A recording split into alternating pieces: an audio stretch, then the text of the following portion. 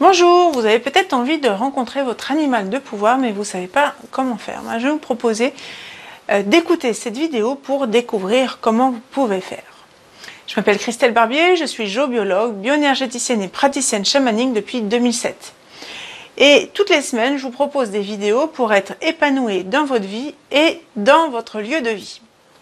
Alors, l'animal de pouvoir, qu'est-ce que c'est? C'est un esprit qui va nous accompagner pendant toutes nos vies. Il nous a choisis vraiment depuis notre conception.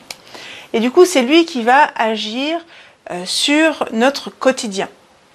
Donc, si vous voulez en savoir un petit peu plus, vous allez voir dans la vidéo juste au-dessus, vous allez avoir un complément d'informations sur l'animal de pouvoir. Alors, comment on peut le rencontrer, cet animal de pouvoir?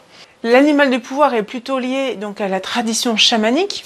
On va plutôt utiliser des pratiques chamaniques pour pouvoir le rencontrer. Donc, une des pratiques chamaniques les plus simples à mettre en place, c'est d'utiliser en fait le tambour ou un enregistrement de tambour qui va vous permettre de rentrer en état de modifié de conscience et de pouvoir rencontrer votre animal de pouvoir. Donc, l'animal de pouvoir, il se situe pas, il ne vit pas en fait dans notre monde à nous, il va habiter dans le monde d'en bas, ce qu'on appelle. C'est le monde où on va rencontrer des esprits qui sont au-delà de la dualité.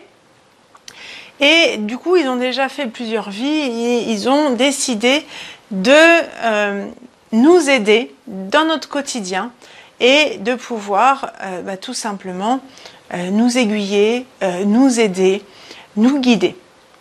Donc, c'est un animal de pouvoir, il va falloir rentrer en état modifié de conscience parce que le monde d'en bas, on ne peut pas y avoir accès en état ordinaire de conscience, on peut y avoir accès qu'en état modifié de conscience. Donc, moi, dans les stages, quand j'anime, on va aller un petit peu plus loin pour vraiment avoir quelque chose de personnalisé. On va aller rencontrer, par exemple, notre point de départ. Mais là, vous ne connaissez pas forcément votre point de départ, donc je vais vous inviter par exemple à visualiser un point de départ qui peut être quelque chose qui vous parle, soit un arbre, soit plutôt, si vous aimez plutôt l'eau, ça peut être une cascade. Voilà, essayez de voir quelque chose où en tout cas vous allez avoir un point, une ouverture vers lequel vous allez pouvoir descendre. Un petit parallèle, c'est Alice au Pays des Merveilles.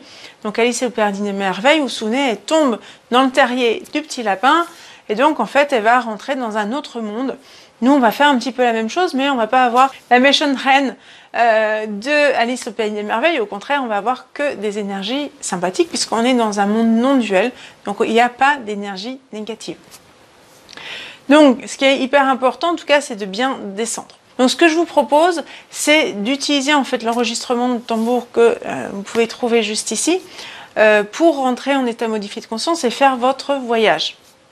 Donc, vous allez vous allonger tranquillement, déjà bien vous reconnecter au moment présent, bien vous reconnecter à votre corps, et après vous allez lancer l'enregistrement.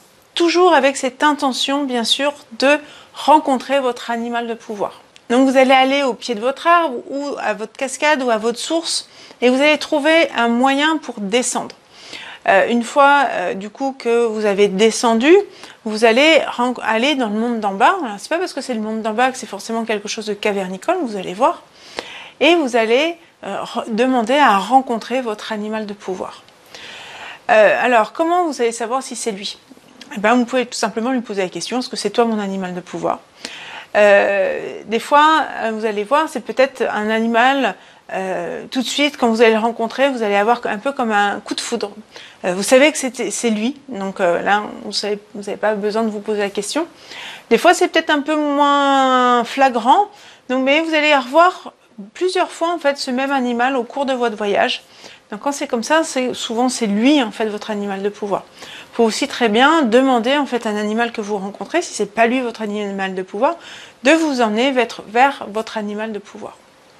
Voilà, donc une fois que vous l'avez rencontré, ce que je vous propose, c'est de lui demander pourquoi il vous a choisi et quelles sont ses caractéristiques. Parce que vous pouvez très bien trouver des livres qui va vous expliquer le loup, par exemple, c'est telle caractéristique, l'aigle, c'est telle caractéristique, etc. Mais le vôtre est particulier, c'est votre animal de pouvoir et du coup, il a peut-être des fois des caractéristiques qui vous sont propres. Donc idéalement, demandez-lui, renseignez-vous, posez-lui la question. Voilà. Donc après, ce qui est intéressant, une fois que vous connaissez votre animal de pouvoir, c'est que vous pouvez tout à fait l'appeler quand vous avez besoin d'énergie. Vous pouvez aussi lui demander de l'aide dans votre quotidien. C'est lui qui va organiser en fait tous les hasards de votre vie. Tous les petits messages, tous les petits clins d'œil en fait que vous allez rencontrer dans votre vie, c'est votre animal de pouvoir qui les produit. Donc voilà, donc c'est vraiment quelqu'un, un soutien dans votre quotidien et un esprit qui va vous aimer de façon inconditionnelle. Voilà, n'hésitez pas à laisser en commentaire votre expérience, si vous avez réussi à le rencontrer, si ça a été compliqué pour vous. Je vous souhaite un très beau voyage. Si cette vidéo vous a plu, n'hésitez pas à vous abonner à la chaîne et à cliquer sur la petite cloche pour ne rien louper des prochaines vidéos. À bientôt!